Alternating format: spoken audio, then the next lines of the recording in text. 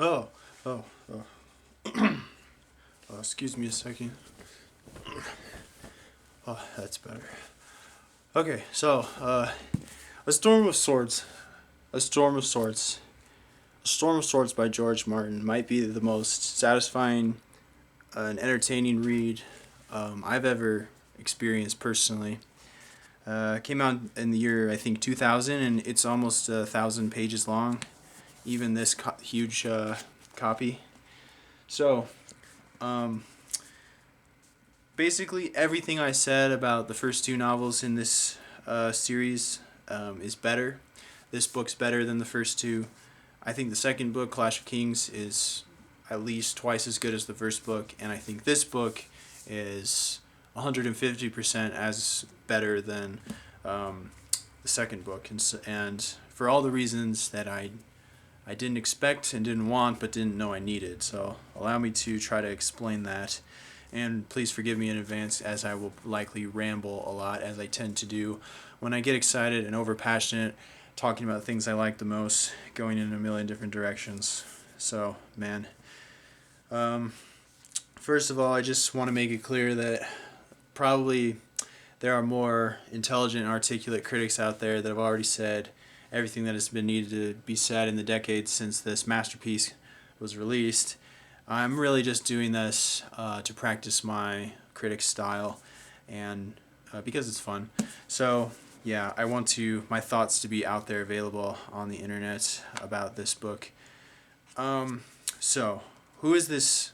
First of all, what is this book series for? Who is the target audience? I'd say it's people that are not offended by more intense forms of entertainment, that want fictional characters that they can empathize with and care about and enjoy suspenseful situations, enjoy like the adrenaline of combat, enjoy pulp energy, enjoy sexual energy, and also people who are interested in understanding evil, and with the sort of open-minded, like explorative approach, and not so much wanting to soak in examples of exploitation or see evil for evil's sake, but wanting to understand why and how people do bad things or end up, letting evil rot and fester inside of them. So, one of the things that makes the story so memorable and engaging, or I should say stories, because there's so many perspective character arcs that are interweaving, not in any really deeply complex way on a technical level, but connected more in the way of what it means to be connected to the setting, which has this omnipresent feel of competing great houses and tension and namesake and everyone trying to make their mark on history, whether they're aware of it or not. Um, but it plays out in a way where there's unfolding mysteries. If you ever make the mistake of thinking you understand one character, give it some time, you'll realize their motivations aren't what you thought. So these characters are so realistically constructed and engaging in a way that doesn't hold back on the ugly side of their past history, which is demonstrated in present events in this book. That's in a way that's so hard to forget, sometimes symbolically powerful and cruel, hard hitting. I'm trying hard not to give examples to spoil anything. It's just very, very entertaining, somewhat of a guilty pleasure, but I will argue that it's enlightened as well, simultaneously, miraculously balanced in the construction of every aspect of storytelling to make this happen, especially with Martin's taking the story in the directions that are the most satisfying to see it go. He makes all the right narrative choices, all the right plot developments. It's just so satisfying. And but only satisfying to the people who also enjoy shocks. So anyway, I was saying it's enlightening because all of the many cautionary tales and the overall larger tale itself seems to have a cautionary tone and making some sort of larger commentary about the nature of war. once the reality of war has set in on a land, and how it lets loose like the metaphorical inner beast in people, which has frequently been referenced through little asides and tangents by characters talking about the history of Westeros, to the point where it gets annoying. And arguably, it seems like Martin is fascinated by this capacity for sadism in ordinary people and royalty, who more often than not have, in this particular type of setting, the ability to get away with whatever they want. So, but this story, more than the others, has a colder heart, but it's making the point of trying to investigate people's capacity for evil and motivations, what brings people into evil. Ironically, what my personal theory is of the most of the many ways in which that greater theme is demonstrated in this book, especially, the most common one, I think, is the two sides of pride, and pride connected to one's great house namesake, so to say, their duty to their position, which is a very ingrained traditional ancestral thing that this new generation of every royal member of every great house has to live up to. But that allows them to sometimes let their ego tear their heart away from what they're doing in the present and justify just about anything, and get used to doing evil as well.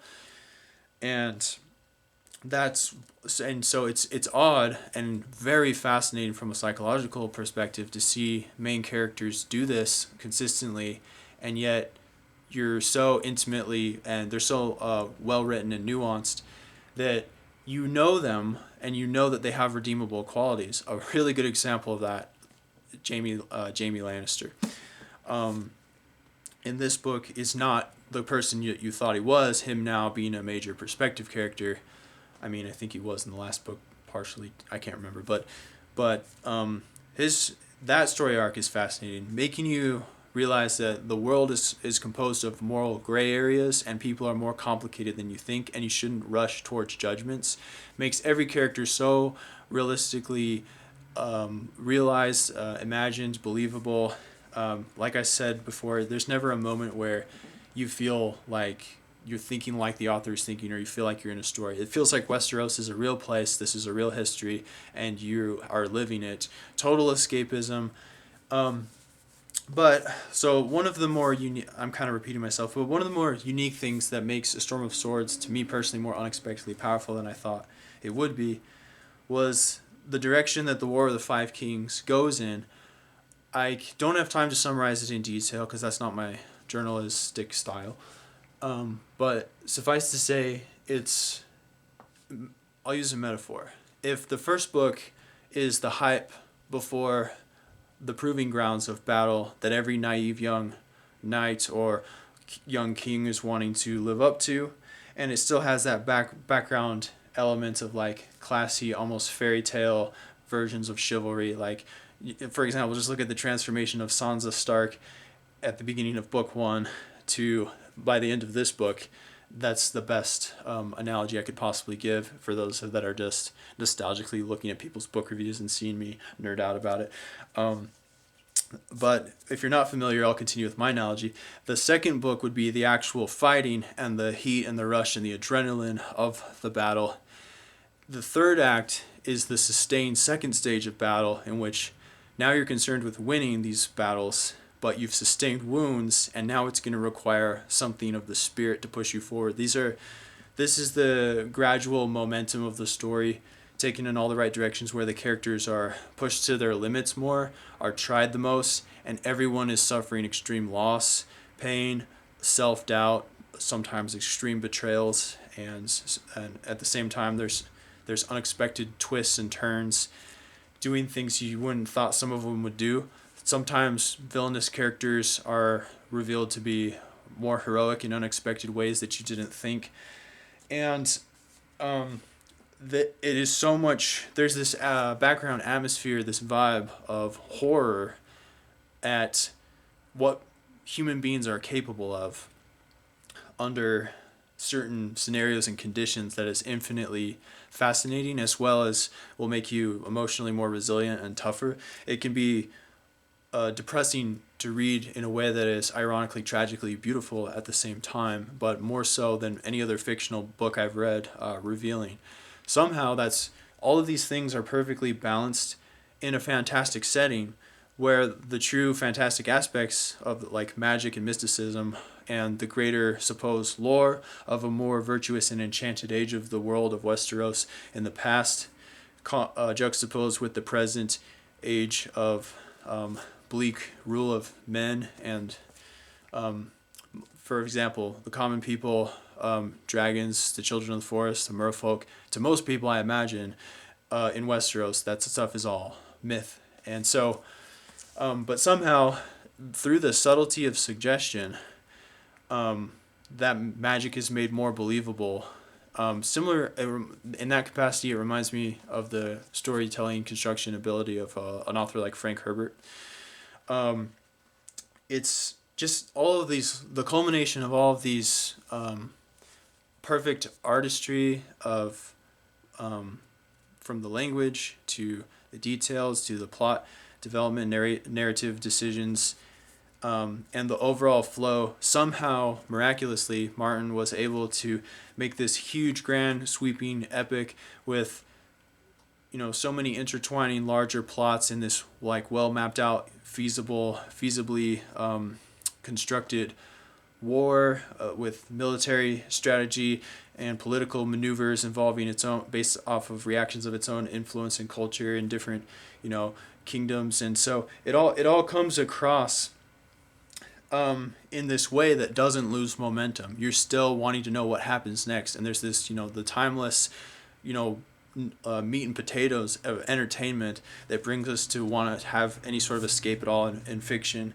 It's a testament that, like, despite the bleakness and often the blatant lack of spiritual development of most characters, mostly not because they're bad people per se innately, but because the setting is so cruel in this bleak, dark age, medieval type setting, that it's there. A lot of them are product of their environment, even among the royalty. And that plot, that aspect is, you know, what these books are largely known for in tone, but I don't see a lot of critics expounding on it in linguistic detail like I wish, which is why I exist, to try to fill the void somewhat. But so,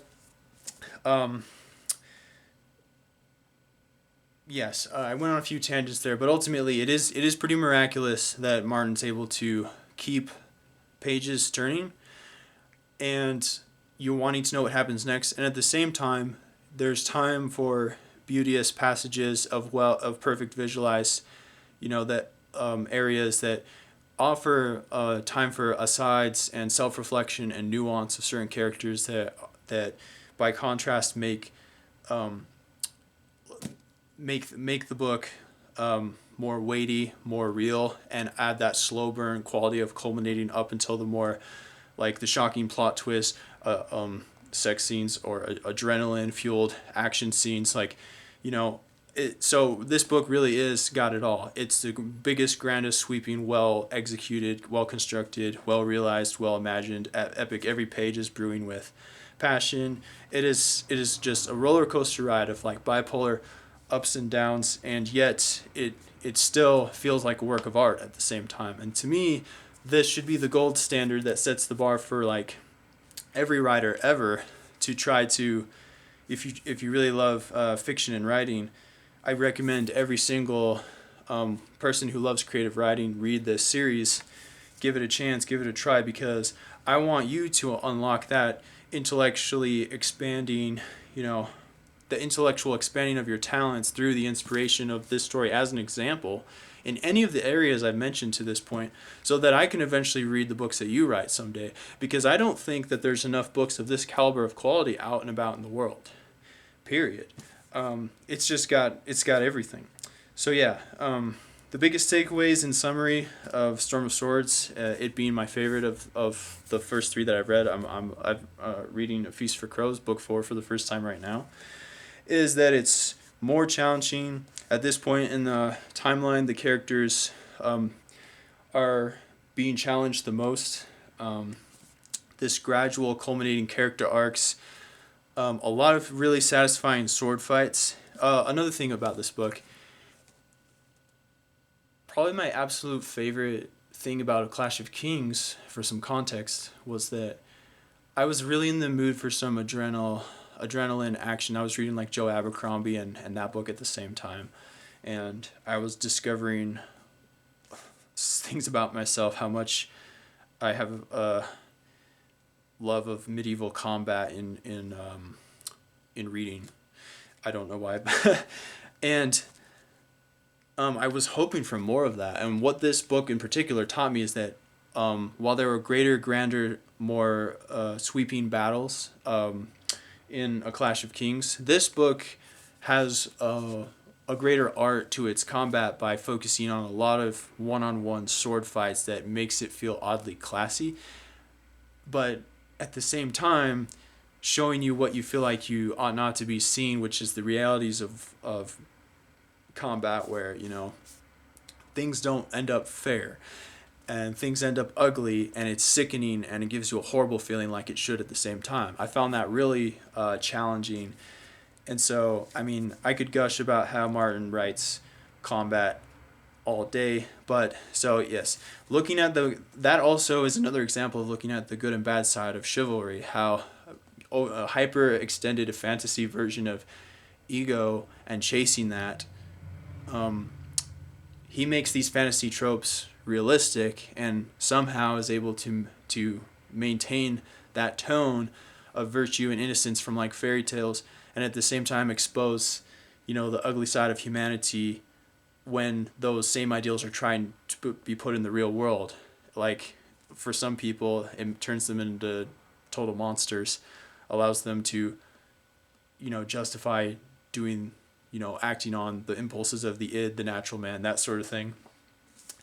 And so you see the treachery and the shameful, like, hidden side of knights and honor and namesakes, and you see the ugly weakness of a lot of men who are typically in this particular setting, have derived their source of power and prosperity and influence from their calling as warriors, and the reality of that being exposed while maintaining the badassness of classic chivalry is somehow present at the same time, and I can't explain. I'm trying, but it's hard to explain how.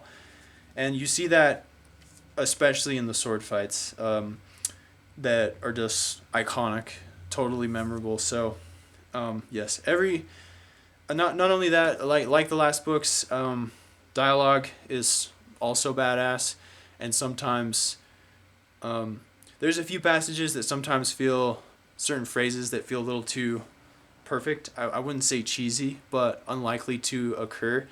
Almost feels, I wouldn't say rushed, but considering the sheer volume and necessary research and consistency the author had to keep up with to write this book, I can see why there's a few passages that sometimes do feel like a story, but never enough to take you out of the story. Just like you feel like you're being treated almost like the slightest bit of fan service.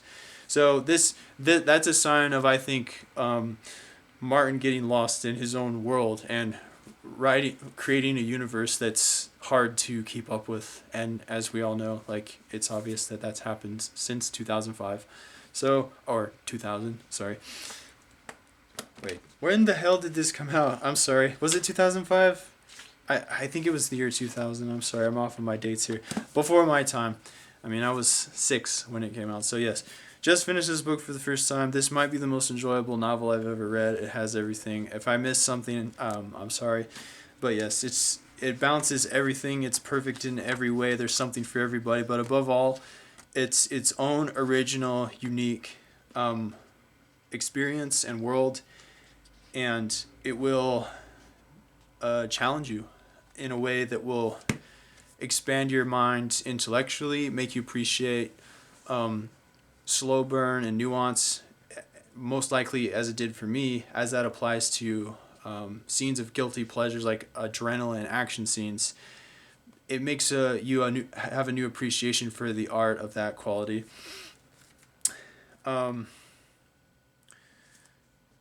Yeah, Storm of Swords by George R. R. Martin is a masterpiece. I I couldn't have written a book like this if I had 100 years to work on it. And so I really do think this guy's a genius, and can't wait to read Feast for Crows and tell my honest thoughts about that in a book review video. But just one last thing, I could talk about specific plot development and details and character analysis and things like that, and make my personal theories and interpretations, and that deeper analysis, I could make hundreds of hours of content with that, because the world really is that big, that well imagined, and that well realized, and it couldn't be possible if Martin, this book series wasn't coming from a place of love and a place of honesty from his heart, and that is obvious when you actually read this story. So that's why I want to praise this book so much, even though I know, like, jump on the bandwagon, because I don't think enough people realize how much of a shortage there is of masterpiece level fiction in the world that can be as fun as it is enlightening, and also intellectually expanding as well. Sometimes from the very act of reading alone, the patience it takes to get through certain sections, you come away converted to certain nuances that, in a meta fashion, an older world experiencing that could only give you otherwise. Which, books are like, books of this level of realism and quality are true samples of a world we wouldn't be able to experience otherwise, and that takes mastery of the craft and art. I don't care what the inspirations, or if George Martin ripped off certain ideas from other books. I don't think it's in his character to do so, from what I know of him, but I think it would be more so along the lines of inspiration. For example, I'm reading Memory, Sorrow, Thorn, and I see a lot of extreme similarities, and those books came out before this book. But this book is better. It's better in every way. Except maybe Tad Williams has an amazing descriptive and poetic writing style that is just, it's like comparing apples and oranges. At this point, I'm just getting into semantics, but I could talk about this all day, but I'll stop boring you with this now. But anyway, yes, I give this book no rating because it's perfect. It doesn't need a rating. It's its own thing. And send me your recommendations, please. Thank you for watching my book review video. I will be giving my book review video of Feast for Crows soon, and by soon I mean probably several months from now, because although this is not too slow of a read, my life's been so hectic that it took me several months to finish. But it just happens to be so good. Every time I picked up where I left off after weeks of not being able to read this book in particular, I remembered everything that was going on, because I cared. I cared about the characters. I was interested in the world. There's plenty of mysteries. It's just perfect. Perfectly balanced. Has everything. It is a grand, adventurous, tragic experience that will leave a bitter taste in your mouth. But the more that time passes, in hindsight, you'll realize it made you stronger. Peace.